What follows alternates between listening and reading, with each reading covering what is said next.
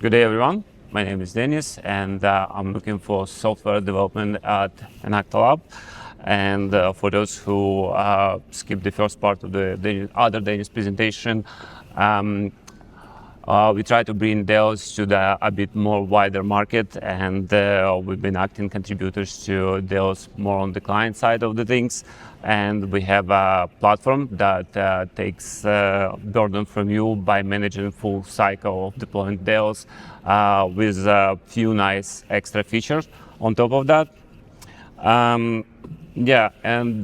Historically, DAOS started providing access to its data structure and the storage via mostly client API, which is native access. If you use client API, you get the full speed, full bandwidth, all the features. But the downside that you probably need to change your applications. It's kind of extensible quite enough because it uses FF5. Most of the modern languages framework allow you to use that, but still it requires some additional work on the upside. The other option is to use the diffuse mount, but chances that you do it correctly for your specific workload is pretty low, unless your name is start with John and with Lombardi. So at the beginning, we kind of see the problem of the adoption of the DAOS, and we started working in that direction by building the various way to access data and DAOS. So the first was NVMe over Fabric as like fast block device on top of the DAOS, DFS, then NFS, then high performance SMB, and last year with Google tasked us with the PyTorch development, and today I'm going to talk a little bit about S3.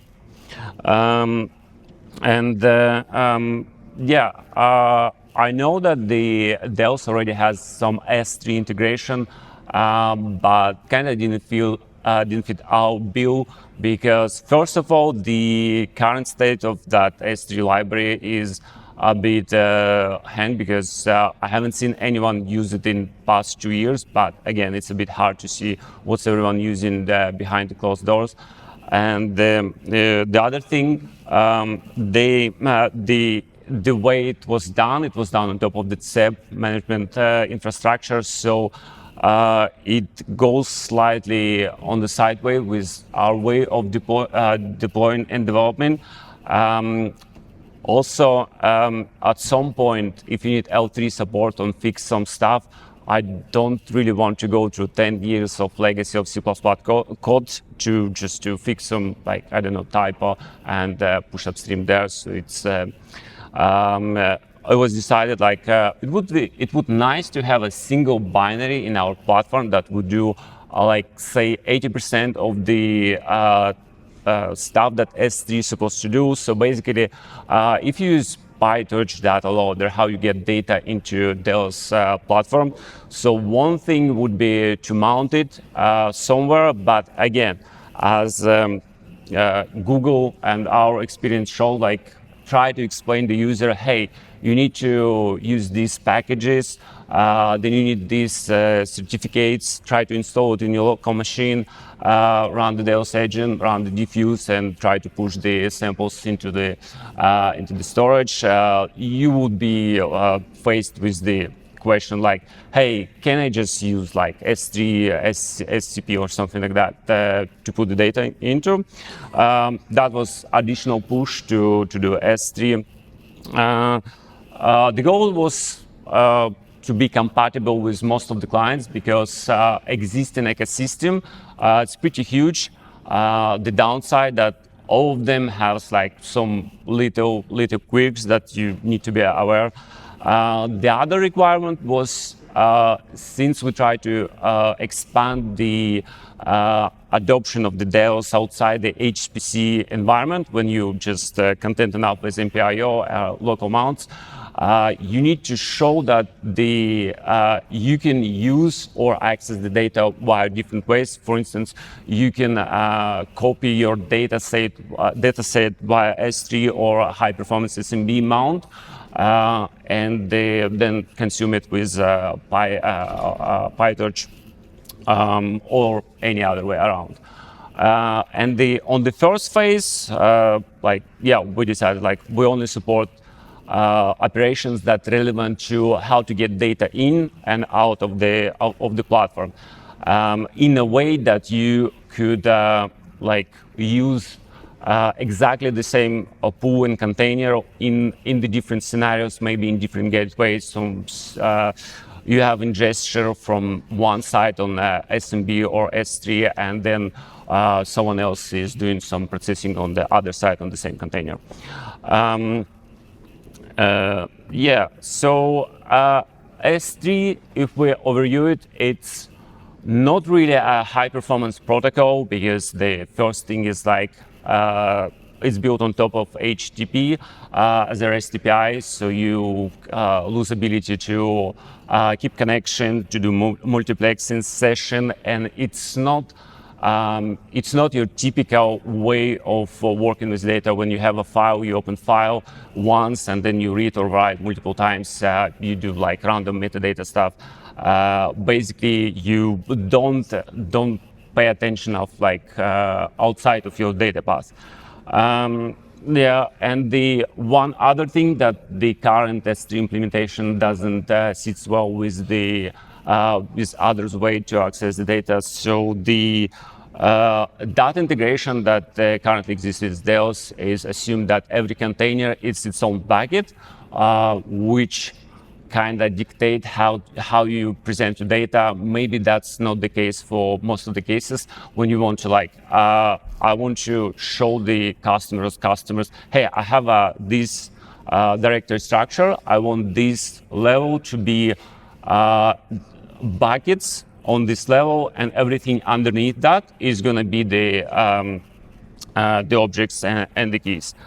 The S3 also relies heavily on metadata, and even though the object itself seems like a simple abstraction, you have a bucket, and everything outside the bucket is kind of key to the single object.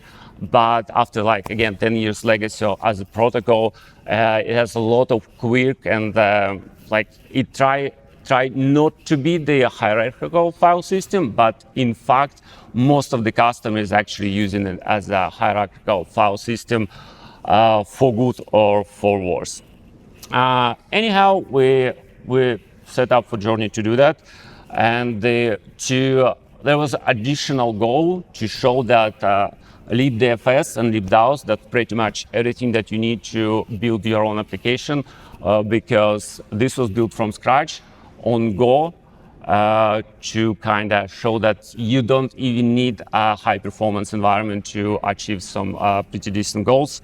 As a test bed, there was that cluster from Core42. Thank you for providing it to us. I used TCP provider. There was 32 backend servers. There are single engine, for the reasons. Sorry. 4 clients and 4 gateway. They not collocated on each other. They're totally separate instances, just to see how far we can push the bandwidth. And for the benchmark, I use El Bencho because it goes well with the title. And the current result for the implementation as it is, without much of optimization, look like this. This is 4 client and 4 S3 servers, and the 2 type of the containers, so full stripe and the 2-way redundancy. As you can see, a single S3 gateway can do roughly 27, 28 gigabytes a second on the reads, and depending on the container, it can do about 20 on writes, and it pretty much scales linearly with number of the gateways, because first of all, the protocol itself is RESTful, so it doesn't share anything. So if you do it correctly, you don't actually need to care about that. So if you need some specific bandwidth, you can just throw a bit more service to that and be done with that. That's a good part, and probably most important one. For the current state, if we like even stop here without any further optimization, that would be enough to saturate the most popular like InfiniBand 200G NIC, which is like kind of predominant outside the HPC environment. So you medium-sized company, your cluster domain probably on that network. That's a good part. As I mentioned, there wasn't much optimization, and some decisions were made for future extensibility. For instance, since S3 relies on a lot of metadata, I thought like it would be fun to store each separate metadata item as an extended attribute on the object, and that didn't really pan out well. This is warp mixed bandwidth benchmark, so it used like a specific allocation of different type of operation and try to trash your gateway. So these are a result for a single gateway and 96 thread from the benchmark machine. And as you can see, 64 megabyte large object, same as 32, kind of provide exactly the same result as the Bencho. With decent concurrency, with different decent object per second operations. But when you reduce the size of the object to 1 megabyte, you would naturally expect that the number of objects per second would increase, well, if not proportionally, but quite close. As you can see, that's not the case. The same as switching from 1 megabyte to 64 kilobyte objects.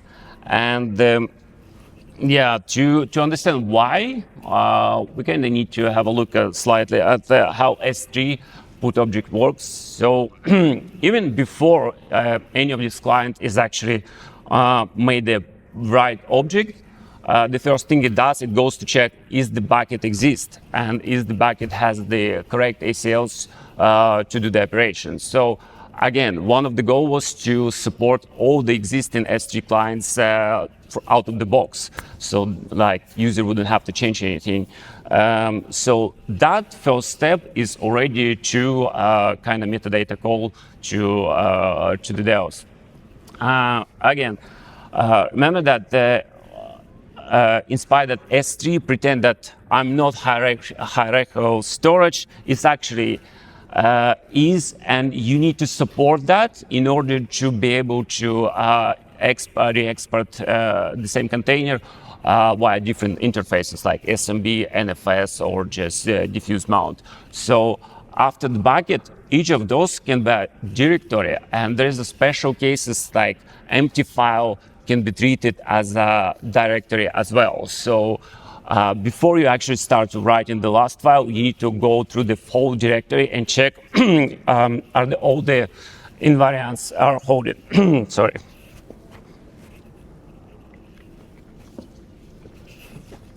And again, the metadata.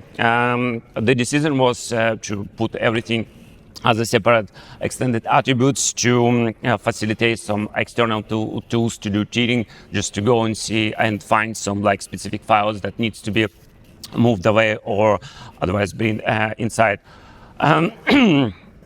Sorry. Yeah. Have you looked into the ETS? Yeah. Yeah. Because you make very different design decisions. Yeah, I know that. I was talking in the beginning. That was the whole point. The another thing is that S3 support concurrent upload, and while you're uploading object, it's not supposed to be visible to the other system. And if you upload exactly the same object with the same key, the last writer wins.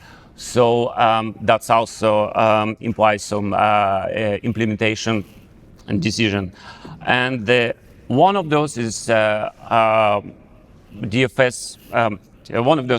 One of the way to do that concurrent upload to just write the temporary object, and then whoever last to would be renaming it to a resulting object name. But Mohammed is smiling because he knows that the fast move, even it sounds like close to POSIX rename, is actually not really equivalent to each other because it has to do much more than just renaming the inode name.